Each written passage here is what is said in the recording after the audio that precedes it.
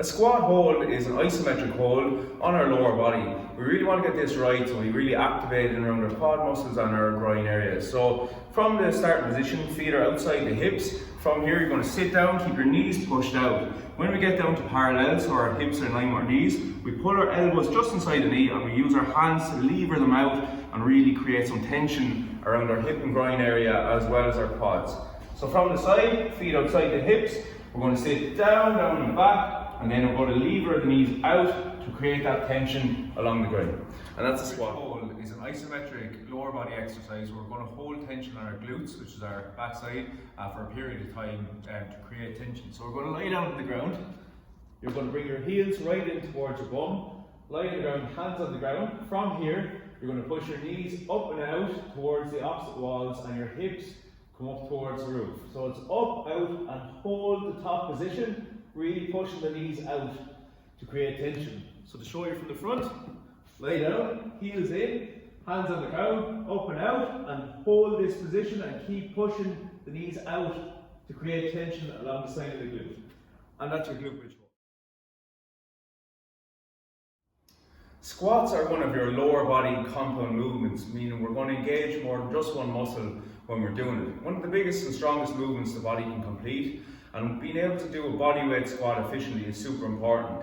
Our starting form should be feet just outside the hips to create some room for our hips to sit down into the squat. I like to keep my toes slightly pointed out, and most people will, to engage that extra mobility at the bottom of the squat. From here, we're going to sit back slightly and we're going to keep our knees tracking over the toe and sit down and then drive back up from the outside of the knee. From the side, feet just outside, toes slightly pointed out, and we're going to track that invisible line with our knee over the toes out at an angle to give our hips space to sit down. So back, out, and drive up. To get a really good squat, we want to get this hip crease here in under the knee, which means we're breaking parallel, and then drive up, and keeping our torso as upright as possible throughout the movement. Any questions on the squat? A lunge and a reach is a great total body dynamic exercise to really get the blood flowing in the body. We use it for warm-ups mostly. So start position, feet together, you're going to step out, bring your knee over your ankle. From here, knee comes down, the same time the hands come up, you reach up, step back. Opposite side, step out, down, reach up. And again, from the side, we're going to step out, back knee down, reach up, and then back. And that's your lunge and reach. Jumping jacks are one of our more common cardiovascular exercises. This is really designed to get the heart rate up and going in a nice simple movement pattern, working both the upper and lower body. Our starting position, feet together, hands down by the side. From here, jump out and hands up, and then back in. That's your movement. So you can go in a slow movement, just to keep moving, or you can work jumping jacks really fast if you want as well. So that's the jumping jack.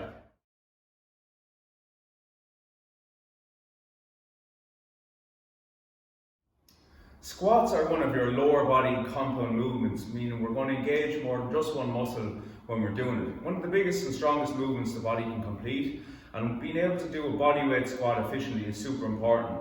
Our starting form should be feet just outside the hips to create some room for our hips to sit down into the squat. I like to keep my toes slightly pointed out, and most people will, to engage that extra mobility at the bottom of the squat. From here, we're going to sit back slightly and we're going to keep our knees tracking over the toe and sit down and then drive back up from the outside of the knee. From the side, feet just outside, toes slightly pointed out, and we're going to track that invisible line with our knee over the toes out at an angle to give our hips space to sit down. So back, out, and drive up. To get a really good squat, we want to get this hip crease here in under the knee, which means we're breaking parallel, and then drive up, and keeping our torso as upright as possible throughout the movement.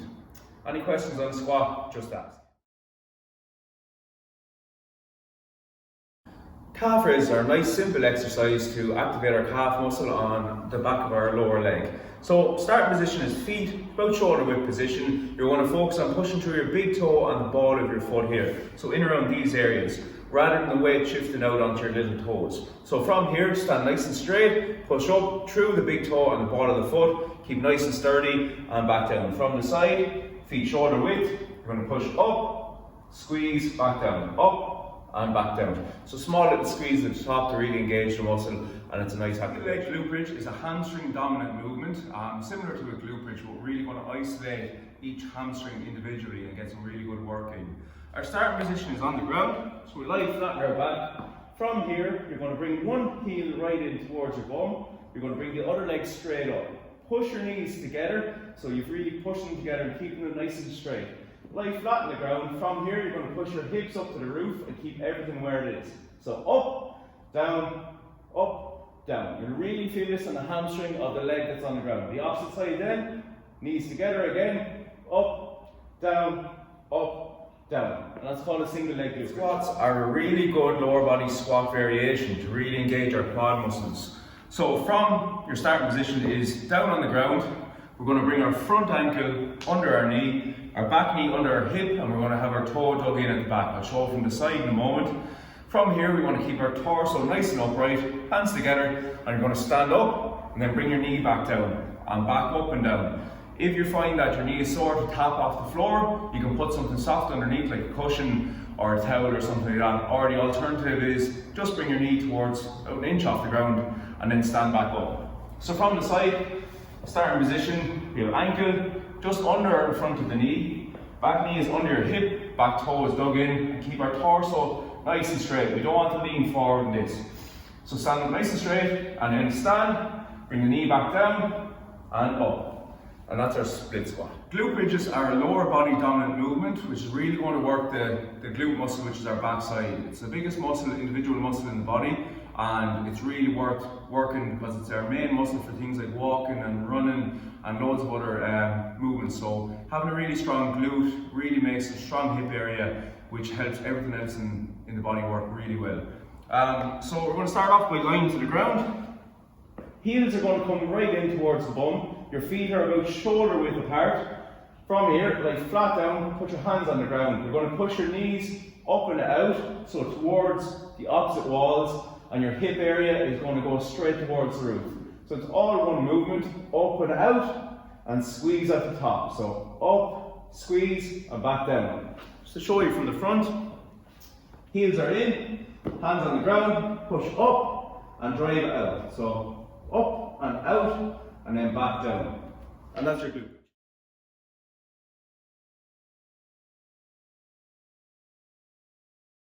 A flutter kick is a lower abdominal core movement where we're going to engage our hip flexors throughout the movement and really work the lower part of our core. Your starting position is on the ground, lying on your back. I like to pull my knees into my chest, which means our lower back is on the ground. From here, you're going to push your feet out about 6 inches off the ground and keep your toes pulled back towards you. This engages our hip flexors, which is the driving force behind the movement.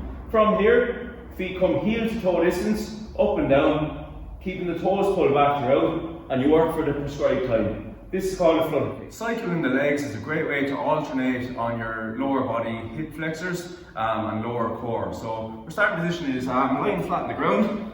Both our knees come into our chest like this. We're going to push one leg out at a time. Keep your toe flexed back towards your face and keep the other leg in. From here, pull back in, cycle the other leg out, then opposite, and just keep working through that alternating motion. You want to bring the feet to about 6 inches off the ground, and that's where you're going to get your optimum pull on the core. So it's a lower abdominal isometric hold. And we're going to complete this on our backs. So we're starting off from the ground, like right down. From here, you're going to pull your knees to your chest. This means our lower back is on the ground. A lot of people might feel that their back arches during this, and that's our front core embracing. We really want to rotate our hip towards our belly button, and that keeps our lower back on the ground. So start with your knees to your chest, means you're in the right position with your back. From here, you want to hold that tension, push right out, and you're going to hold this position for as long as specified. Keep your toes flexed back, which engages our hip flexor and helps hold the tension in the best way possible. So about 6 inches off the ground, hold the position for as long as you can, and then reset and go again if you need to take a break. And that's a hollow hold. Full burpees are a total body plyometric exercise, so really get the heart and lungs working here, and you're working a bit of everything. Starting position is feet outside the hips. We're going to bring our hands to the ground first, feet back together, let yourself to the ground and lift the hands so we know that your weight is off the ground. Put your hands back in, dig your toes in at the back, jump, clap overhead, and that's a full burpee. So from the side, feet outside, you're going to bring the hands down, feet back, lift the hands, jump, and clap. So a nice quick one, you'll be down, feet back, lift the hands, jump and clap. That's a full burpee.